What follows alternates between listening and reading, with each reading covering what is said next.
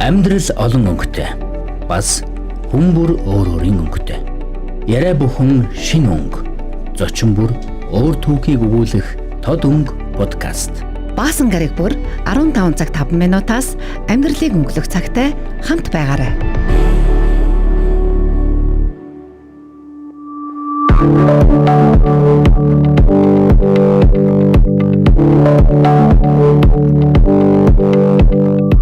Радиотай хамтдаа байдаг эрхэм сонсогч танд энэ өдрийн мэнд хүргэе. Тод өнгө подкастын маань цааш шинэхэн дугаар эхлэхэд бэлэн болсон байна. Гэр бүлийн радиогийн 2 дугаар студид сэтгэл зүйч Баясаа, за гэр бүл судлаач, найруулагч Цаама ажиллаж байна. За өнөөдөр мэдээж гэр бүлийн радиогийн маань зочин гомерт Тод өнгө болон ирсэн эрхэм зочин маань бас хүрэлцэн ирсэн байгаа. Санхүү эдийн засгийн дээд сургуулийн санхүүгийн удирдлагын техникийн доктор, багш, сонголт номын зохиолч Тамиртай энэ өдрийн мэнд хүргэе. Баярлалаа. Та бүхэнд намайг урьж оролцуулж байгаа талархал илэрхийлье. Баярлалаа. Тэгээд гэр бүлийн радио 104.5 84.5 гэсэн долгионоор эрхэм сонсогчдаа радиогоо хүлээн авч сонсох боломжтой. 3W1045 гэсэн захим хуудасаар бас дэлхийн өнцөг болон бүрт суугаа монголчуудад зориулаад бас хүрж байгаа. За тэгээд гэр бүлийн радио 104.5 гэсэн пэйж хуудасаар яг одоо лайв стримтэй хүрж байна. Тэгээд өнөөдөр бид сонголтын талаар ер нь бидний амьдралд хийсэн жижигхэн сонголтууд ирээдүйн маань амьдралын чанарыг тодорхойлно гэсэн зорилготойгоор одоо бичигдсэн гайхалтай номыг хийсэн зохиолч маань амьдрал тийм ээ. За тэгээд амьдралын одоо тэр тод өнгүүдийг бас ярилцах болно. За тэгээд эхлээд одоо зохиолч маань зочин маань өөрийнхөө талаар жаахан дэлгэрэнгүй ярьж одоо танилцуулж өгөөч манай сонсогчдод. За миний нэрийг Инх баяр охтой Тамир гэдэг. Миний хувьд ажил мэргэжил санхүү эдийн засгийн их сургуулийн санхүүгийн удирдлагын техникийн ахлах багш ажил мэргэжлэр ажиллаж байгаа. Судлаач, сургагч багш ийм хүн байгаа. За тэгээд их даруухан танилцуулаад байна. Тэгээд сонголт гэдэг энэ номыг бичгээс гадна сошиал дээр бас ингээ хайх юм бол яг энэ эдийн засаг за санхүү хүн өөрийнхөө амьдралд ямар зүйлийг сонгосноор ямар одоо амьдрал ирдэг гэдэг талаар ингээд сургалтуудыг, мэдээллүүдийг оруулдаг хэрхэн байгаа. Тэгээд бодохоор бидний амьдралд одоо тийм маш олон зүйл чухал байж тэрийг бид бас ийм эмх цэгцтэйгээр дистаралтайгаар бас хэрэгжүүлж амьдрал маань чанартай болж идэг. За тэгээд тэрнээс үүдээд бас ирээдүйн Баясаа, ирээдүйн Тамираа гэдэг хүн бас хэрхэн одоо ямар амьдралын чанартайгаар цаашаа амьдрах юм бэ гэдэг тодорхойлогддог гэж боддог. Тэгэхээр таны хувьд яг ингээд өөрийнхөө одоо амьдралыг ингээд кино шиг, кадр шиг ингээд ухраах юм бол яг яагаад энэ эдийн засгийн чиглэлийн мэргэжлийг анх сонгож байсан тэр түүхээс хоёлаа ярьж үргэлжлүүлье. Мэргэжил сонголтын түүх миний одоо тэр үеийн яг нөлөөсөн хүчин зүйлүүдийг маш гоё энгийнээр тайлбарлах юм бол ажил мэргэжил сонгоход бол тухайн хүмүүс өөрөө маш залуухан байдаг. Одоо бид нар бүгдээрээ тэр үеийг бол ингээд даваад, туулаад, мэдрээд гарна. Би бас оюутан шавнартаа өөрийнхөө давж туулсан туршлага мэдлэгээс хуваалцаад дасгал ажилуулад ажил мэргэжлээ сонгох карьер өсөлтөд төлөвлөхт нь бол ингээд дасгал суур ажиллуулж байгаа. Тэгээ сонголтыг хийлэгдэг. Тэгээд миний шавнарт өгж байгаа сонголтыг хийхдээ би ямар арга аргачлалаар тэднийг ингэж өөрсдийг нь бэлдүүлдэг вэ гэхээр хамгийн дөрөнд тэд нарыг нөгөө юм нухацтайгаар критикл байдлаар багны хамгийн ихний игнэнд бол одоо та бүхэн хамгийн өөрсдийнхөө сайн чаддаг хард скиллүүдээ бичээ. Тэрийгэ бичихтэй объектив байдлаар яг өөрийгөө субъективээр биш ингээд бичээрээ. За тэгээ бас софт скиллээ нэмж бичээрээ. Зөвхөн ингээд ур чадвартай тийм ингээд компьютер дээр ажилладаг байх бол хангалтгүй. Хүнтэй сайхан мэдлдэг, харилцдаг, ажиллаа ингээд хамтарч ажиллаж чаддаг байх чухлаа гэд бичүүлдэг. Ерөнхийдөө хэлж байгаа нарийн задлаагүй. 2 дугаар хэсэг дээр нь болохоор тухайн хүний одоо өөрийнх нь нөгөө эргэн тойронд өөрийнх нь дагдаг ментор, за дагдаг коуч, тэр рол моделүүд байдаг байхгүй юу? Тээж наав нь ингээл янз бүрийн зөвлөгөөнүүд өгдөг шүү дээ. Бид нар ч гэсэн жоохон бахад тэгжсэн тий. Тэгээ нөгөө түрүүний таны асуултанд хариулах гад оршил явж байна. Тэгээд нөгөө хамгийн одоо яг тэр хүмүүс нь бас өөрсдөө яг ажил мэргэжлээрээ ур чадвараараа өөрийнхөө бүтээсэн түүхээр тухайн хүнд одоо үнэхээр ихтгэл үнэмшилт нь багтаад үлгэрлэж чадах хүйц байх хэрэгтэй гэж бас зөвлөдөг. Тэгээ тэрийг нарийн заадалж бол зөвлөдөг. Ингээ 3 дахь баганд нь бол тухайн хүний хүсэл, тэмүүлэл, зорилго, мөрөөдөл те хүн мөрөөдөлтэй байх аваас насан туршдаа тэр хүн амьд гэдгээ мэдрэх юм гоё мэдрэмжтэй байдаг учраас тэднийг ингээд жигсаалгаад бичүүлдэг. Тэгээ эндээс нь болохоор тэр 3 багнаас ингээ холболт хийлэгдэг. Тэгээ тэр холболтын инерц буюу эрчим холбогдоод тэндээс нэг юм уу 2 юм гол highlighted юм тод өнгүүд гарч ирдэг байхгүй юу. Тэгээ тэр тод өнгөөр нь сонголт 1, сонголт 2, сонголт 3-ыг нь оновчлуултыг. Тэгэхээр тухайн аль салбарт, ямар байгууллагт, аль газарт, ямар ажлын байран дээр тэр хүн эхлэхий. Тэр нь 2 жилийн дараа, 5 жилийн дараа, 10 жилийн дараа карьер өсөлтийг нь яаж зураглаж байгаа ингээд зуруултыг. Бас объектив судалгаатайгаар тийм дасгал хийлгээд тэгээ тэндээс нь бүр нарийн тод өнгө гарч ирдэг байхгүй юу. Тод өнгөтэй сонголт 3-ыг тэр хүн олж хардаг. Тэгэхээр сонголт 1, сонголт 2, сонголт 3-ын дэргэд сонгогдохгүй үлдвэл тэр хүн тэр сонгогдохгүй үлдэж байгаа сонголтондоо эргээд харамсахгүй. Яг гэвэл өдөр тутмын амьдралд хүмүүс би уулна яг энэ мэрэгчлэр сонгохыг хүсэж исэн. Гэтэл аав маань тэгж хэлээд би юм чилсэн гэл ярьдэн шүү дээ. Тэгэхээр энгийн боловч харамсал тээсэн, дутуу үлдсэн ийм мэдрэмжүүдээр өөрийнхөө амьдралыг зурхгүйгээр айгүй гоё өөртөө ихтэй. Тэгээ сонголт 3 бол төгс төгөлтөр биш. Тэр 18-тай 21 настай залуугийн сонголт. Тийм шүү дээ. Гэтэ сайн ментортой хийн, тамираатай. Тэ? Сонголт номтой хийн. Тэгэхээр яахаа вэхээр 67% итгэх магадaltaгаар сонголт 3 түүний амьдралын чанарыг бол ингээд ихлүүлнэ. Тэ? Амьдралд тавтай морил. Та бакалаврын зэрэгээ хүндэтгэлтэйгээр авлаа. Төгслөө. Тийм. Тэгээ сонголт 2 болохоор 54%, сонголт 1 болохоор 46%. Тэгэхээр яхаа вэхээр судалж агаад, бичиж агаад, өөрийнхөө хүсэл тэмүүлэл тэр мантраасаа зөвлөгөө авч агаад сонгосон сонголт бол яхаа вэхээр 30 жилийн дараах түүний амьдралын чанарын тод өнгөийг илэрхийлнэ гэсэн. Тэгээ би болохоор яасан гэхээр өөрөө сэтгэл зүйн чиглэлээр философи, гүний мэдрэмжийн чиглэлээр унших дуртай юм охин байсан. Тэгээд үлгэрийн ном, зохиол, хүүрнэл, за тэгээд хил зүг, уран зүйрц зүгнүүд дээр бол аягүй их уншдаг гэсэн.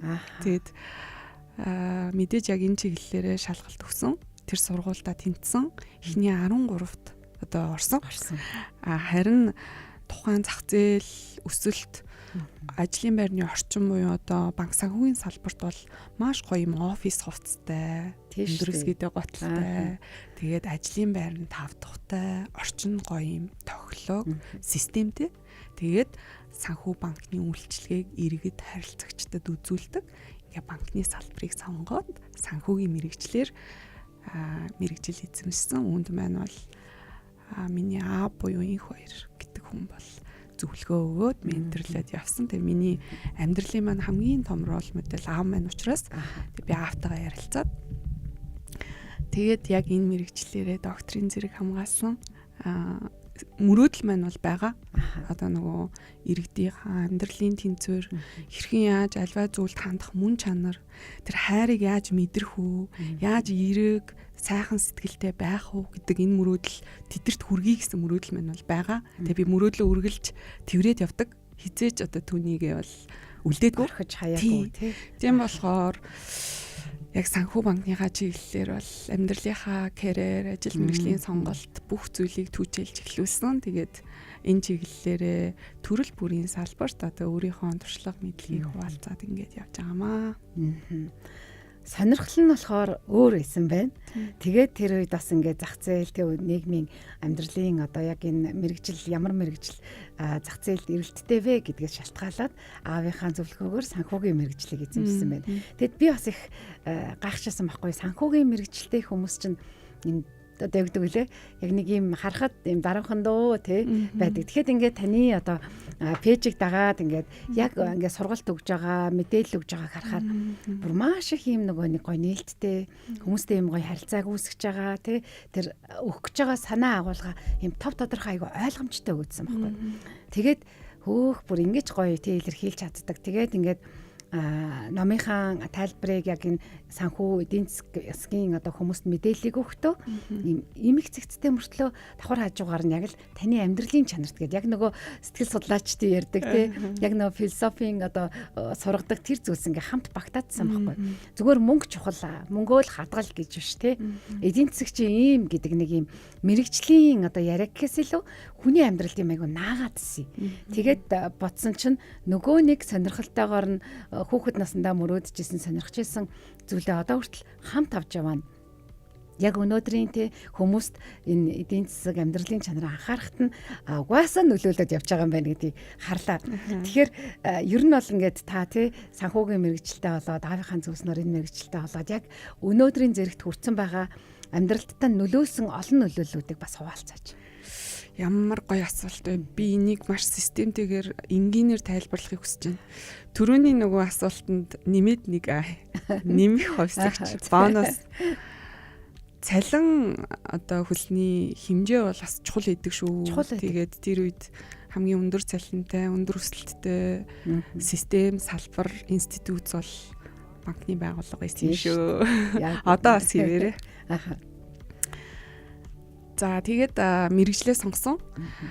Мэдээж нөгөө нэг ажил мэрэгжил анхны гараа бол өөрөө танин мэдхүүн хувьд бакалаврын зэрэгтэй яг адилхан байдаг. Бакалаврын зэрэг горилж байгаа суралцагчд бол тухайн одоо чиглэлээр бол танин мэдчихдэг ийм сониучхан, сониурхан, за тэгээ суур системийн шинжлэх ухаантай холбож таньж мэддэг ийм гайхалтай хэсэг байдаг. Аяллаа амьдралын ингээд банкны байгууллагт ажил хөдөлмөрийнхөө гарааг эхлээд харилцагчид, үйлчлүүлэгчид, манай дээр данс эзэмшигчид тэдгээр хүмүүсийн одоо өдөр тутмынх нь ажил, данс нийлгэх, карт буюу харилцах данс нийлгэх, хадгаламжийн данс нийлгэх, зээл авах, зээлээ эргэн төлөх бүх харилцаа, хандлага, процессыг бол ингээд яг ажлын байран дээрээсээ бол би өдөр тутамдаа ингээд ажиглаж өгдөл цуглуулж ирсэн. Ялангуяа их үүсвэр татах буюу хадгаламж татах, харилцах данс нээх ийм салбар тооцооны төвдөр бол анхныхаа ажлын гарааг эхэлж исэн. Тэгээ ингээд бүртгээд явж байхад маш олон төрлийн зан төлөвтэй, хандлагатай, амьдралын нөхцөл байдалтай иргэд одоо харилцах дансаа нийлэгж исэн. За жишээ аваад хэлэх юм бол их чинь ингээд хадгаламжийн дансандаа тогтмол шилжүүлэх хийдгээ. Гэхдээ би энийг хүнд ч хэлдэггүй. Бүр ингээ хань ижилтэй бол хэлдэггүй. Яагаад гэвэл би амьдралынхаа ингээд өндөр настай болох үедээ энэ хэрэглэнэ гэж бол бодож байгаа. Заримдаа бол яг үгээр аав маань ингээ нас барсан. Тэгээ өв залгамжлын гэрээс л над дээр ингээ бичигдсэн. Ингээ жилийн дараа өв залгамжлын эрх маань үүслээ. Тэгээд би тухайн данс эзэмшигч маань талигач болсон учраас энэ дээр ингээд дансанд мөнгө байна уу? Би ингээ авмаар байна гэсэн кейсүүд ч байдаг те. Маш олон кейс байдаг. Би бүр кейс болгоныг нөгөө өөр юм байна. Хувийн онцлогтой маш сайн юм хадгалж цуглуулдаг байхгүй юу? Тэгээ мэдээж нөгөө ажлын байран дээр өсөлт хөгжилт бол үүснэ. Ингээд би бүртгэл тооцоо шинэ хэрэглэгч бүртгэх дээр ажиллаж исэн бол back office буюу арын албанд ингээд банкны ажилтан болж тушаал дэвшсэн. Хөрөг чадвараа бол ингээ өөрчилсөн ажлын байран дээрээ солигдоод. За энэ үед би юу хаалж харсан гэхээр эрсдэл гэдэг эрсдлийн удирдлага, эрсдлийг яаж таньж мэдэх үү гэдэг дээр бол ажиглалт хийж эхэлсэн. Тэгэхээр процесс өөрөө хөгжиж штэ үе шатууд. Тэгээ би харилцагч өөрөө яаж эрсдэлд ороод байгааг судалж эхэлсэн байхгүй юу? Яг л миний ажлын байрны онцлогтой холбоотой. За тэгэхээр яадаг вэ гэхээр манай иргэд харилцагч данс эзэмшигчд маань адилхан л миний ээж автай адилхан, өвөө эмээтэй адилхан, миний эргэн тойрны найз нөхөд л гэсэн. Би өөрөө ч гэсэн хадгаламж эзэмшигч, харилцах данс эзэмшигч, карт эзэмшигч. Тэгээ бас зээл авна. Тэгээ шүү дээ хүн юм чинь. Тий. Тэгээд яг зүгээр жишээ аваад хэлэх юм бол ухаалаг зээл авж байгаа тэр зээлээ ухаалгаар захиран зарцуулж байгаа, төлөвлөж байгаа иргэдийн зан төлөв илүү нөгөө нэг хурдан хугацаанд ингээд нэг юм бүхэн сулбар шар утас барихаар авмаар юм шиг. Зээл аваад ч хамаагүй авчмаар ч юм шиг. Яг л ижилхэн амьдмаар байна шүү дээ. Тэгэл ерөөсөө залуу хосууд маань бол ерөөсөө хурдхан шиг л машинтай болчих. Тий. Тэг ингээд лизингээр аваад ерөөсөө машинтай болчихвол болчих гээд байгаа юм шиг тий.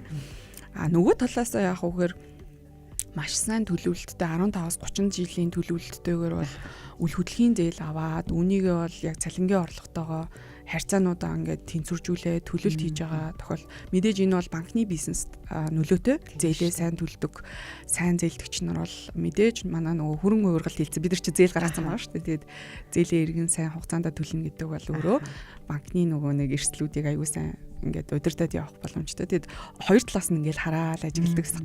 Тэгээд бас удахгүй тушаал твшээд хяналтын ажилтан болсон. Тэгээд энэ үедээ яасан гэхээр илүү нөгөө нэг иргэд маань яагаад залим эхлэх гэмт хэрэг төртөд байгаа юм бол санхүүгийн луур санхүүгийн понзи схемд яагаад элсэж ордог юм бол гэдэг эрсдлүүдийг судалж гисэн. Ингээд би өөрөө ер нь ингээд аюул судлах дуртай шэрлэг холмосон. Тэгээд судалж агаад нэг зүйдэл тогтлоос ажигласан. Иргэд маань өөрөө бас ядуу дунджаас доогуур түвшний амьдралтай болохоор хүнд очиод итгэл маань за $700. Одоо миний найз гишүүнээр эсч $500.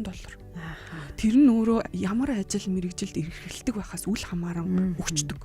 Банкнд бүр ажилтдаг хүн байсан ч хамаагүй тэгэл итгээд өгчдөг. Тэгэхээр энэ өөрөө ерөөсөө иргэд гэдэг ойлголт олон нийтийн санхүүгийн мэдлэг гэдэг ойлголтыг шууд хөндөж байгаа байхгүй. Тийм байна. Тэгээ удахгүй ахлах болсон. Айгуу сайхан дэвшээд яасан. Тэр болгондоо ингээд Sherlock Holmes ажиллаа сайн байсан байна тий. Яг одоо энэ өнөөдрийн таамагийн нүдээр мэдрэмжээр туршлагаар харахаар туршаал дэвших биш. Олон талын мэдлэг ажил үйлчлэгэн дээр ингээд ажиллаж туршлага хөрөмжлүүлж байгаа хүн гэж хараад байгаа. Тэгээд эцсийн шатны хяналт хийж байхдаа би өөрөө алдаа гаргасан. Тийм. Би өөрөө ямар алдаа гаргасан бэ гэхээр бүр салбар тооцооны төвөөс ирж байгаа харилцагчийн мэдээлэл эрсдэлд орсон байсан. За би жишээ хэлье. Тэгэхээр нэр бүхий том байгууллагын цахим шууданд бол халдлага орсон байсан. Тэгээ энэ 3 сарын турш үргэлжилсэн. Цахим шуудангийнх нь өргөтгөл үсэг бол солигдсон байсан. MN гэдэг үсэг нь MH болоод одоо хакертуулаад тий. Бид нар ер нь анзаарга ажиглалт хийхээсээ илүүтэй өдөр тутамдаа ингээ ороо босгоо эмх замраагүй амьдэрдэг байхгүй юу? Тэрийг бодохгүй ярина. Тэгээ 3 сарын турш үргэлжилж байхад тухайн кейс дээр 7-8 хүний бүрэлдэхүүнтэй худалдааны менежер, худалдааны зөвлөх, Нэгтлэн бод бүртгэл, санхүүгийн одоо шинжээч. За тэгээ захирал төслийн удирдагч нар ингээд мэйл авч исэн. Захин шуудан. 10 жилийн турш харилцдаг байсан хамтарч ажилладаг экспортлогч, импортлогч, олон улсын худалдаа эрхэлдэг байгууллагын захим шууданг одоо хакерцсан гэсэн. Тийм. Санхүүгийн одоо ер нь бол халдлага төртөж гин гэмт хэрэг үлдэж гин гэсэн үг. Бид нар мөнгө урсгалыг авах гэж штэ тэндээс штэ. Тийм. Энд бол хил дамнаж хэрэг үүсдэг гэдгийг харж байна. Хэрэг ерөөсө дотооддоо зөвхөн үүсдэггүй. Тийм. Эрсдэл аюул бол олон улсад даяарчсан байхгүй юу? Тэгээд товчхон шууд хурдан ингээд хаачи. Тэгэхээр нөгөө мэдгүй явсаар хагаад invoice буюу нэхэмжлэх ирсэн. Тэгэхээр тэнд юу болж байна вэ гэхээр нөгөө хакерцсан санхүүгийн гэмт хэрэг үлдчихэж байгаа бүлэг этгээдүүд бол яах вэ гэхээр манайхыг олон хүнийг онилсан байгаа шүү дээ. Өртөж байгаа л бид нар. Тэгээд тэнд зөндөө олон хүмүүс өртөж байгаа шүү дээ. Индонез, Казахстан, Nigerian тий одоо улс хил дамнаж тэр хэргийг үлддэг байхгүй юу? За ингээд нэхэмжлэгийн дагуу Нэгтлэн бод бүртгэлийн ажилтан бол итгэмжлэгдсэн төлөөлөгчийн гарын үсгийг банкны салбар дээр авчирч бол гүйлгээгээ хийсэн. Тэгээд эн чинь ингээд амцаар байгаа нөгөө ахлах ажилтан дээр ирнэ. Тэгээд дансны дугаар нь тийм солигдсон байсан. Тэгээд бид нар нөгөө уул нь анзаарах хэрэгтэй. Тийм. Тэгээд хэрвээ энэ мөнгө урсгал гүйлгээ явуучвал эргэж олдохгүй. Тийм. Яг хөө мэдээж хэрэг үүснэ. Кейс нэг үүснэ. Эндээс манахаас хэргийн мөрдөн байцаагч нар томилогдно, прокурор томилогдно, он удаан жил илэрхгүй хөөгөөд явна. Тэгээ энэ төрлийн 100 гаруй хэрэг дээр бол би мэрэгчлэлтний зүгээс бол оролцож ажилладаг байлаа. За тэгээд энэ бол нэг л жишээ, маш олон жишээ байгаа. Надад бол үнэхээр одоо үнэхээр их өгдөл байна. Одоо их өгдлийн сан байна. Тэгээд энийг иргэд талаасаа, бизнес талаасаа, банк санхүүгийн байгууллага талаасаа, бүр ажилтан болгоны ажлын байр талаасаа, бүр зохицуулагч байгууллага талаасаа, бүр засгийн газар тэр яамдуу талаасаа би тайлбарлахад бэлэн байна.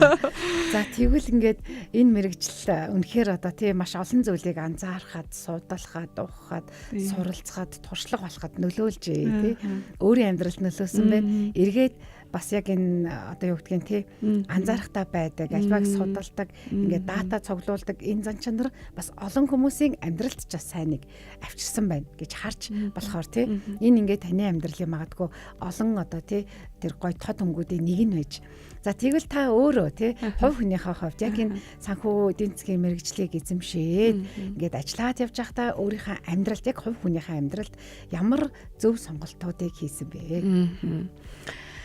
Тэгээ банкны байгууллагаас гараад би төслийн менежер удирдагч болсон.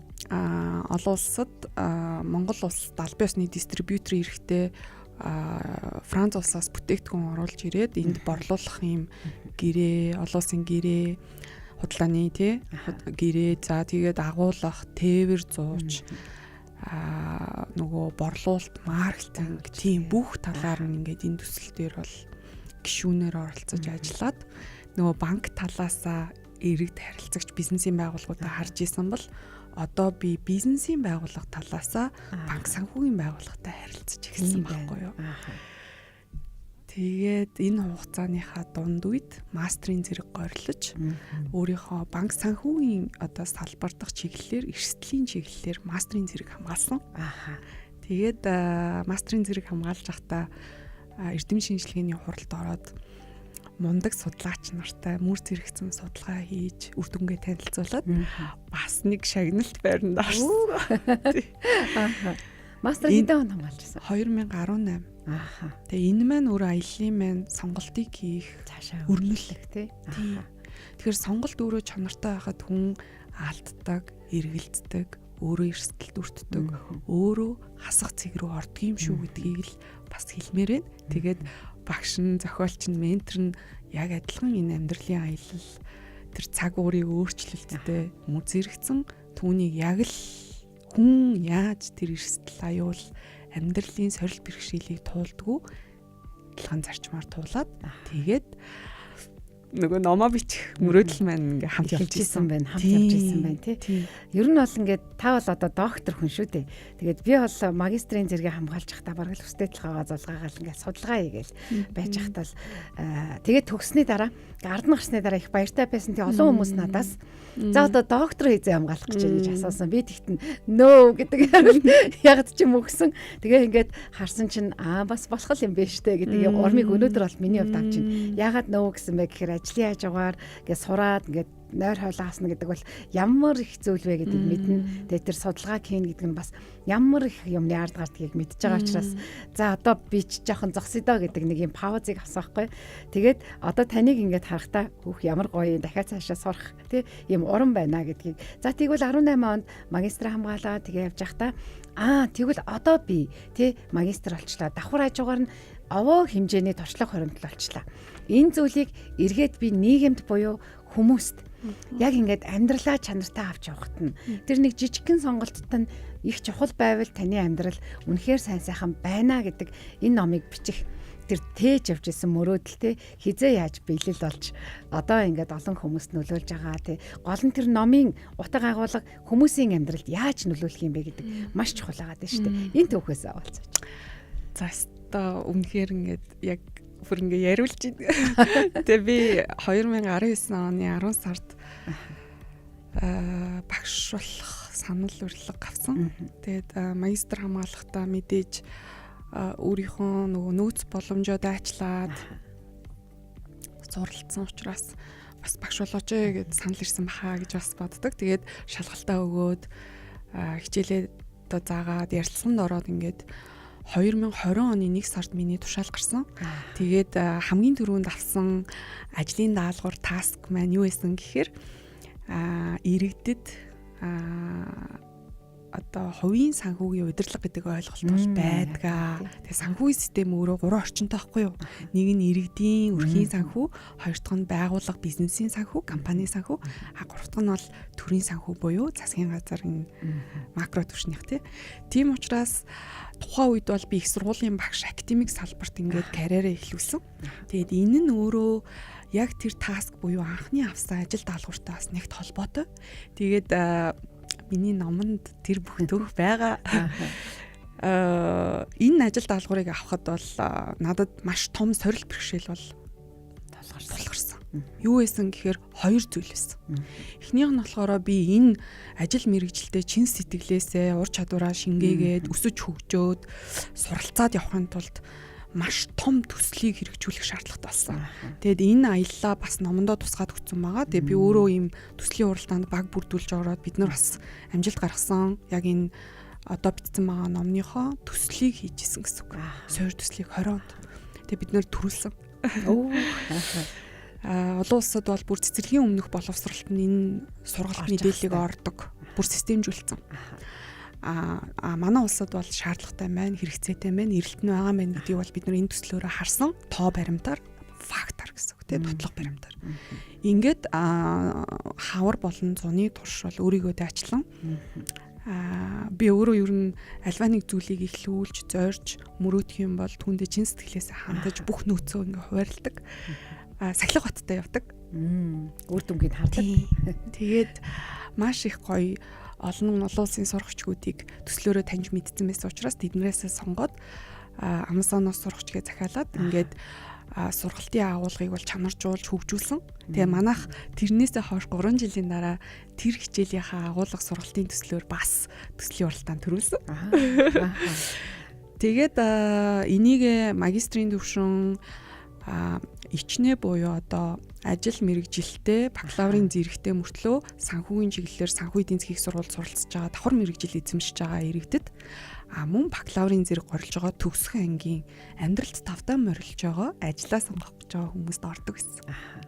Тэгээд орж явахдаа би юу батсан гэхээр хоёр дахь зүйл нь би энэ зааж байгаа хичээлээ өөрийн амьдрал дээрээ хэрхэн яаж хэрэгжүүлж байгаа юм бэ гэдэг асуултын тэмдэгтээ хичээлээ ясаа гараад алхаж явж хагаад би эхэлсэн.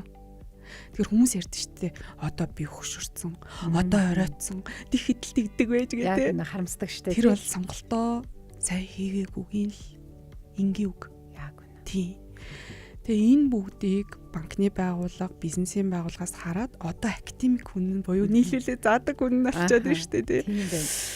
Тэгээ гурван талаас нь ингээ хараад өөрийгөө хөгжүүлээ. Тэгээ нөө хичээлээ зааж авах болгондоо өөртөө асуулт тавьдаг гэсэн байхгүй. Би ямар байна? Миний амьдрал ямар байна гэд. Тэгээ би тэр өдөр эхэлсэн.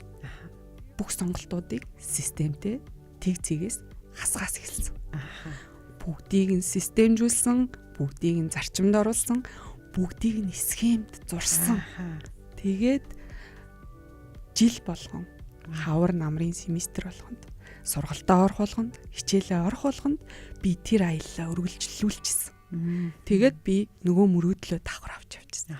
За энийг л олон хүний амьдралыг чанаржуулахаар схемжүүлж өөрөө би ном бичих ёстой юм байна гэдэг мөрөөдлийг 2020 оны 1 сараас эхлээд тээж явсан. Тэгэд 6 жил мөрөөдөж сүүлийн 1 жил гаруй үсэг өгүүлбэр болгоно өөрөө бичсэн. Тэгээд өөрийн төрсөн өдрөөрөө бас номын баяраар өөрийнхөө шинэхэн одоо номыг үлгээж авсан. Энийг би төлөвлөж, схемжүүлж, системжүүлж агаад яг төлөвлөсөн хугацаанд мэдээж маш олон сорил бэрхшээлийг бол ингээд авсандаа энэ хугацаанд докторийн зэрэгээ хамгаалсан. Одоо докторийн зэрэгээ хамгаалаад 365 хоноогүй байна. Шинэ доктор байна. Хонох гэж байна тийм байна. За тэгээд үнэхээр бас маш гоё ингээд ийм урам зориг авахар яриа болж байна. Миний хувьд бол тий олон хүмүүс яг одоо гэр бүлийн радиог сонсоод амьдралд тий сонголт хийхдээ би зоригтойгоор хийх юм байна. Тэгээд амьдрал маань ингэж үе шаттай схемтэй төлөвлөгөөтэйгээр өсөх боломжтой байна гэдгийг өнөөдөр харж байгаа. Зөвхөн санхүүгийн хувьд биш. За тэгэхээр энэ бол үнэхээр гоё яагаад байгаа. Тэгээд өрмөц ертөнцтэй онцгой зочин байна гэсэн байна. Маш их баярлалаа. Гэр бүлээр хажаа 104.5 гэсэн пэйж хуудасаар яг одоо лайв стримтэй хурж байгаа шүү. Манайхан бас санхүүгийн чиглэлээр бас асуумаар байгаа зүйлсээ үл коммент зэгт бичиж болно. 9986 104 5 дугаар утас шуудаар нээлттэй байгаа. За одоо ингээд цаашаагаа тэгвэл ингээд амьдрал дээр яг ингээд би хэрэгжүүлж эхэлсэн гэдэг бол үнэхээр чухал байгаа. Хүмүүс зүгээр энэ тэндээ сонссон дууснаа ч юм уу те.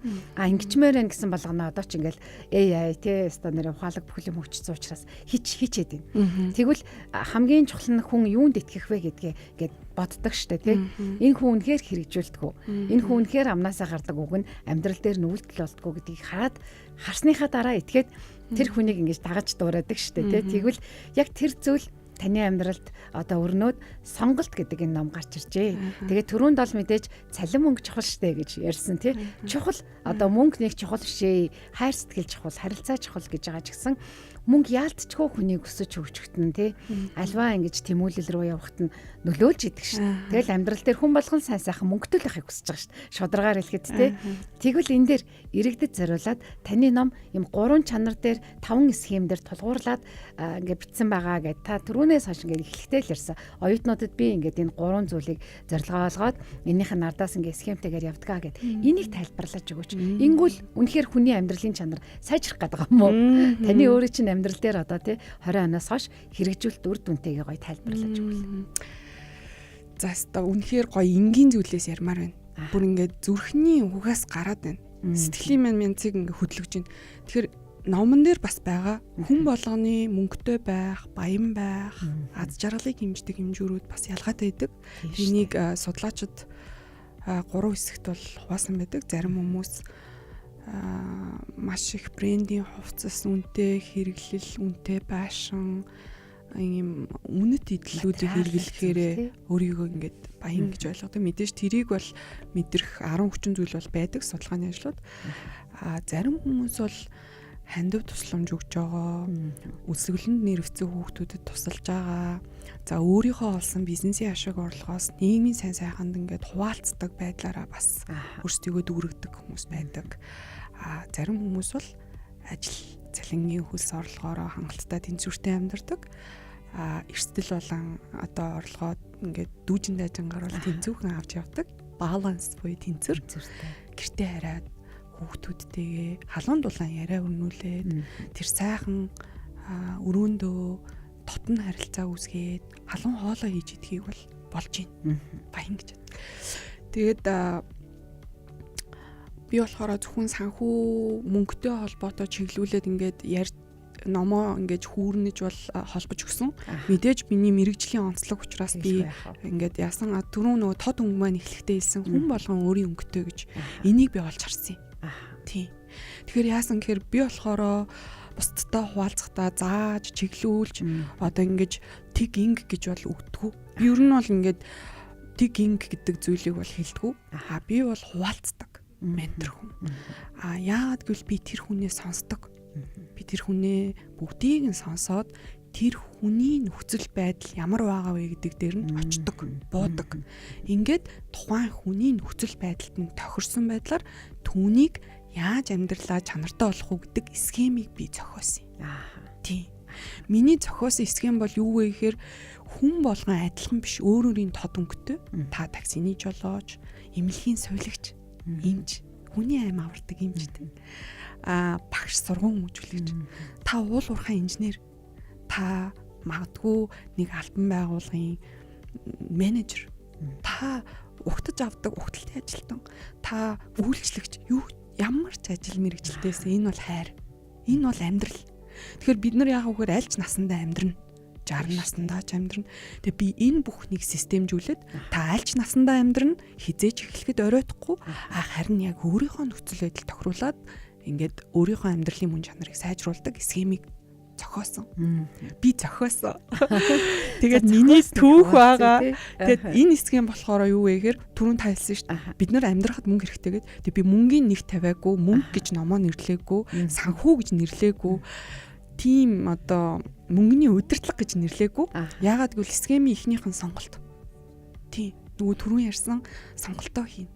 Гэхдээ хоосон сонголт хийж болохгүй, субъектив байж болохгүй. Бэлтгэл хэрэгтэй. Схемийн хоёр дахь нь бэлтгэл. Тэгэхээр бэлтгэлтэй сонголт бол үр ашигтай байна. Амьдралд нь нөлөөлнө. За ингээ гурав дахь нь юу вэ гэхээр танд мөнгө хэрэгтэй гэдэг ойлголтыг оруулж ирсэн бас байж болохгүй. Тэгэхээр бид нар нөгөө мөнгөний араас яваад байхаасаа илүүтэй энэ сонголтыг бэлтгэлтэйгээр чанаржуулаад мөнгө таныг дагана. Гэтэ яг өөрийнх нь нөхцөл байдал тохирсон байдлаар сэтгэл хангалуун байх мөн чанарыг нь энэ номны бүх бүлэг танд бэлэглэнэ.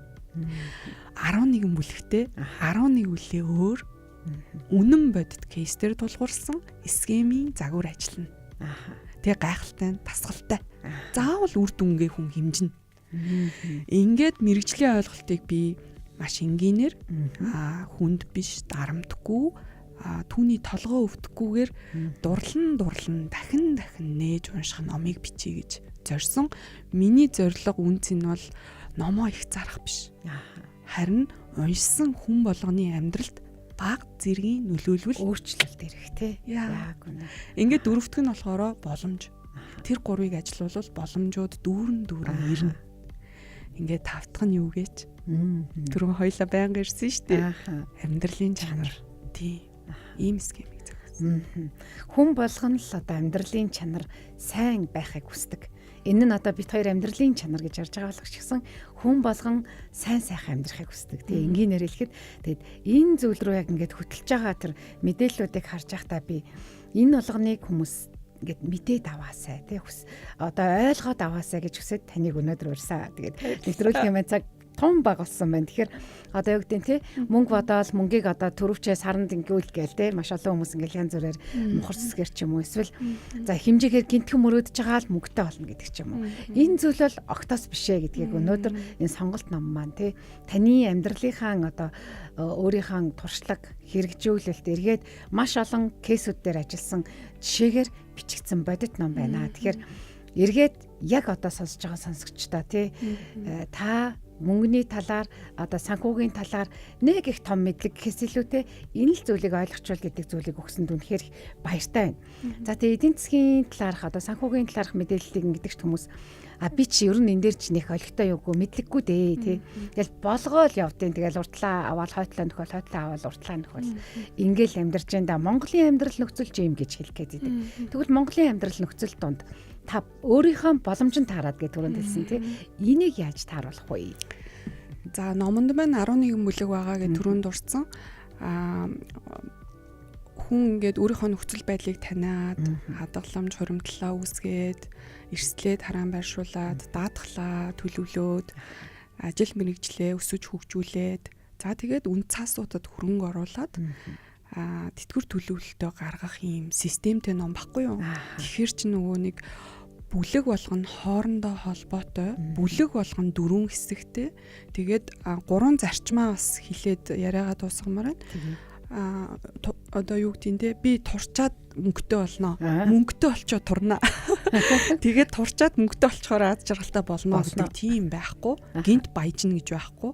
Аз жаргалыг дандаа баяр хөөртэй байхаар төсөөлж болохгүй. Тэгэхээр менторийн хувьд, коучийн хувьд, багшийн хувьд, энгийн иргэний хувьд эмэгтэй хүн, ээж, найз одоо юу гэдэг нь те бүх хүмүүсээ төлөөлөөд би юу гэж хэлмээр байна вэ гэхээр өөрийнхөө нөхцөл байдлыг аягүй сайн таньж мэдээд тэгээд эдийн засгийн нөхцөл байдал манай улсын хувьд бол тасралтгүй мэдээж бид нар чинь нөгөө нэг ингээд хэрэглээний үнийн индекс буюу бараа бүтээгдэхүүн үнийн нь өснөө тий манай төгрөгийн ханш ингээд бид нар чинь стратегийн дутагдaltaй бас нөгөө уул уурхайн салбартайгаа холбоотой нэгт холбоотой эдийн засгт учраас төгрөгийн ханш маань гадаад валютын эсрэг бол ингээд яаж өөрчлөгддөг вэ та бүхэн маань төсөөлөөрэй. Тэгээ дэлгэрэнгүй мэдээлэл авахыг хүсвэл наадтай холбогдож болно. Тэгэхээр бид нар энэ номыг уншиж ойлгосноороо үүнд бэлэн байдлаа л хангана. Тэгээд багш нь юу гэж хэлмээр байна вэ гэхээр миний хувьд аз жаргал гэдэг бол гуниг, гутрал, сэтгэл хөдөлгөөн, эморл, нөгөө сорил бэрхшээлээ бүгдийг нь агуулдаг юм шүү гэж захимаар байна. Өссөөд мөнгөтэй болоод өгөөж нь ирэхэд цаг хугацаа орно. Оновчтой сайхан хуваарлтууд орно. Заримдаа эрсдэн алдна. Харин миний хувьд бол эрсдэл ирэхгүй гэж бол хэлэхгүй, эрсдэл ирнэ. Яг хүн болгонд тохирсон эрсдэл аюул нь бол байгаа. Харин номоо уншаад өөрийгөө бэлдснээрээ та түүнд бэлэн байна. Тий. Тэгээ би сургалтуудаараа бол бүр тод өмгийн жишээгээр бол тайлбарлалаа.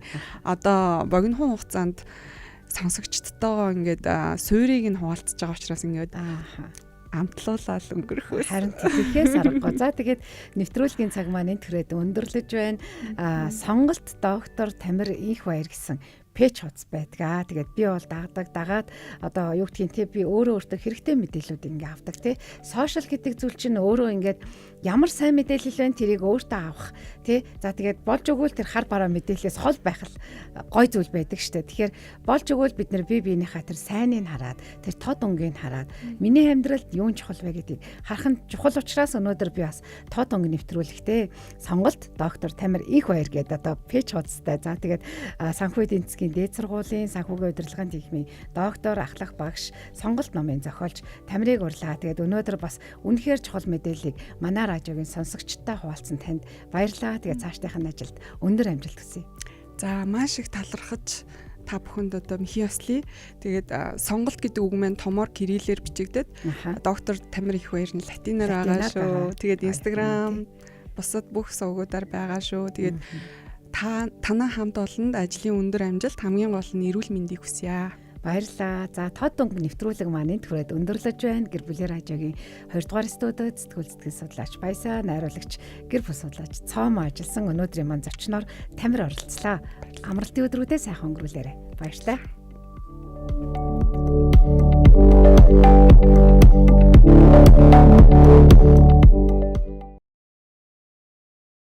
Хүн бүрийн түүх өөр.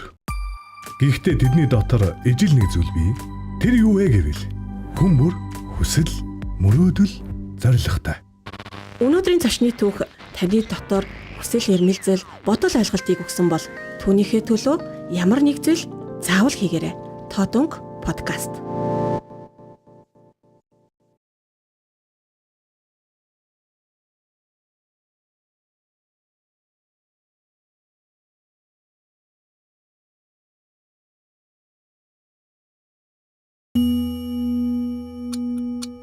Секунд.